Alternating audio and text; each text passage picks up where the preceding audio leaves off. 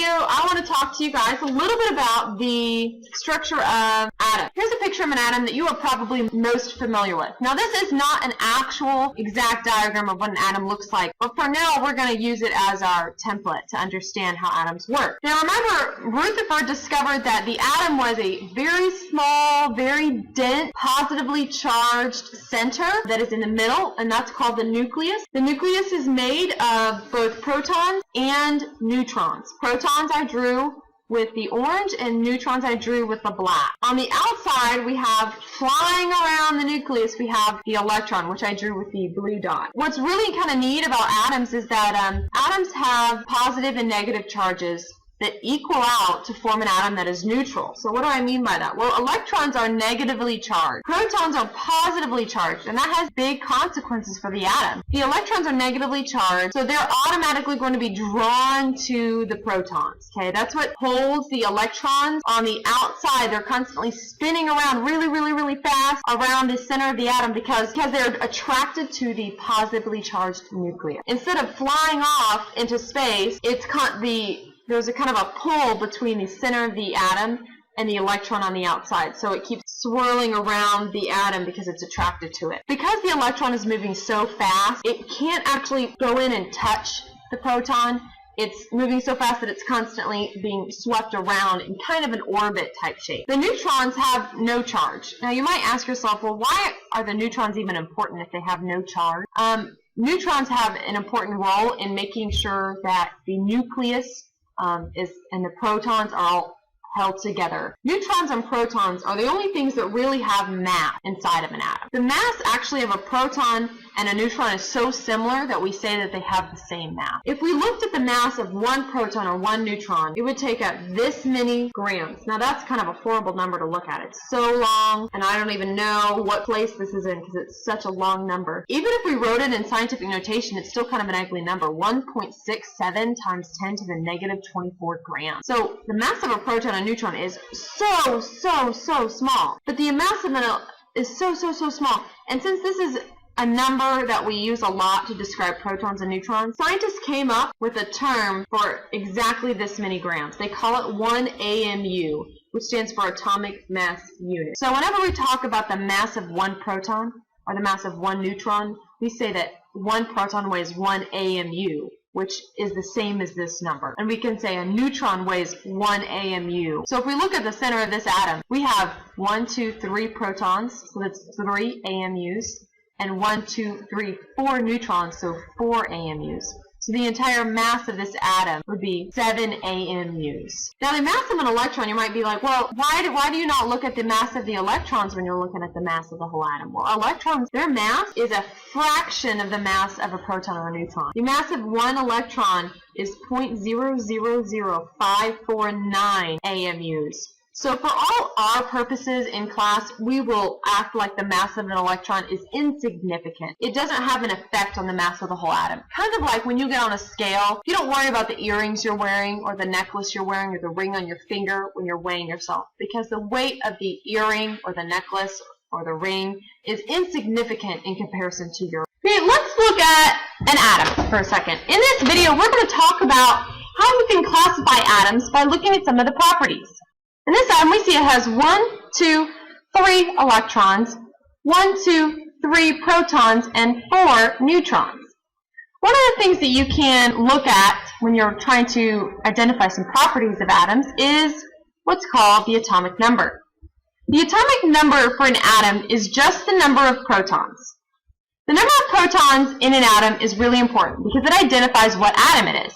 Let's look at this particular atom. It has 1, 2, 3 protons. So its atomic number is 3. Now what does that mean? Well, when you look on the periodic table, you see all of these boxes with the element symbols, and right above the element symbols you see these little numbers. Those numbers are the atomic number of the element. They tell how many protons are present in the atom. Our atom here has 3 protons, so the atomic number is 3. We can look on the periodic table and see that lithium has an atomic number of 3. That means this atom is lithium. Now, all of lithium atoms will always have 3 protons. That's why the atomic number is so important. The mass number tells us how many AMUs is present in the lithium atom. Remember that an AMU is the weight of one proton or one neutron. Remember that the electrons have no mass, so they do not factor at all into the mass number. Just the protons and the neutrons. So if I look, I have 1, 2, 3 protons, 1, 2, 3, 4 neutrons.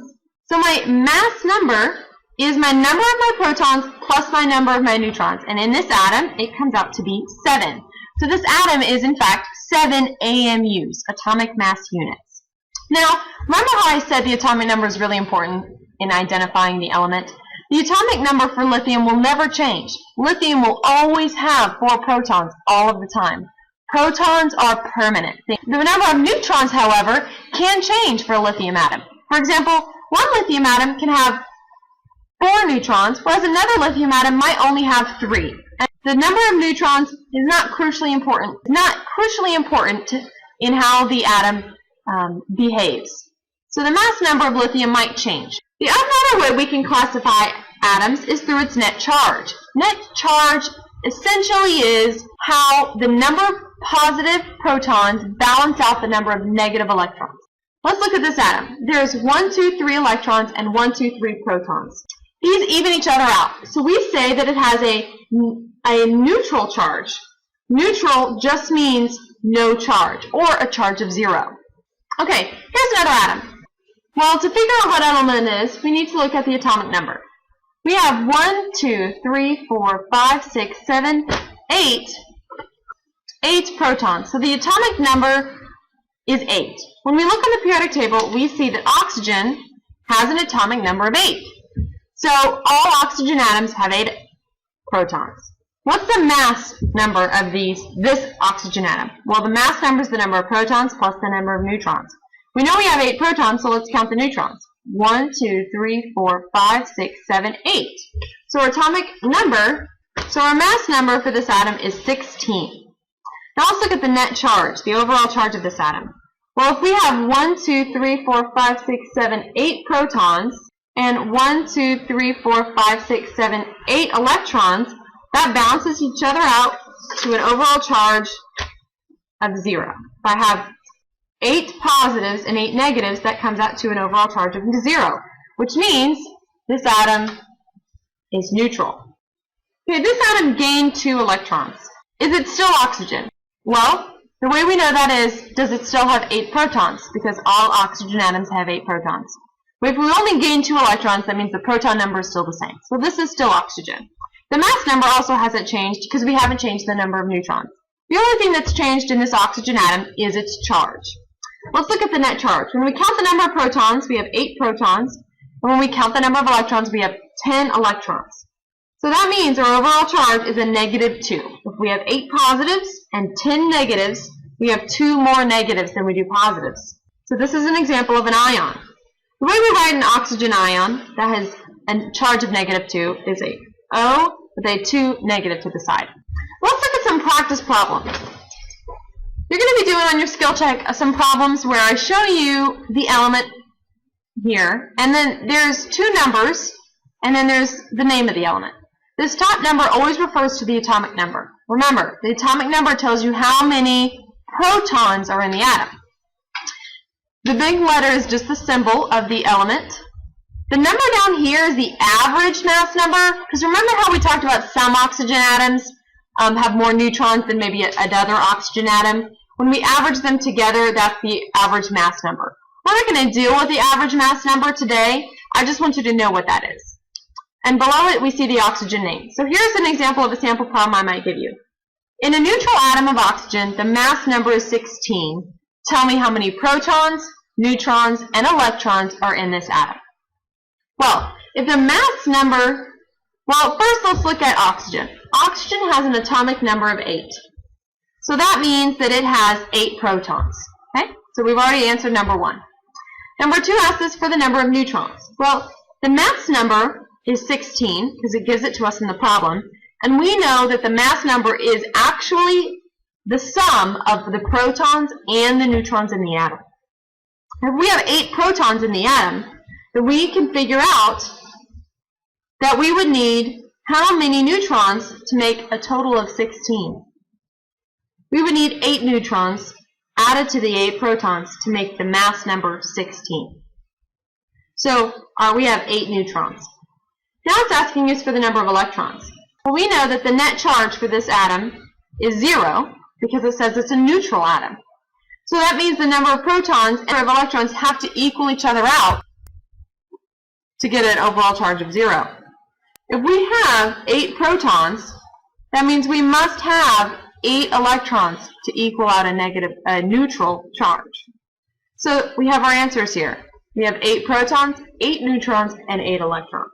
Let's look at another question. In an atom of phosphorus with a +2 charge and a mass number of 31, how many protons, neutrons, and electrons do we have? Well, looking at the symbol for phosphorus, let's look at the atomic number. It's 15, which that means that we have 15 protons. How do we figure out the number of neutrons? Well, remember, the number of protons plus the number of neutrons equals the mass number. So, if the mass number is 31 and our protons are 15, how many neutrons do we have? Well, all you have to do is think, how many neutrons do you have to have added to 15 to get 31? The answer is 16. So we have 16 neutrons, 15 protons. Now let's look at the net charge. If the net charge is +2, we know that the number of protons plus the number of electrons has to equal +2.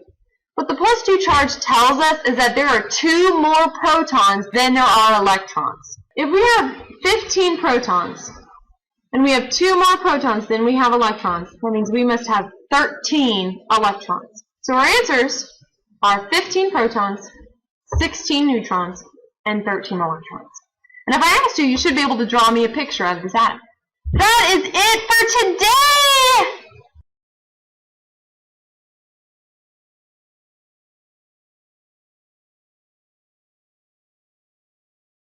today!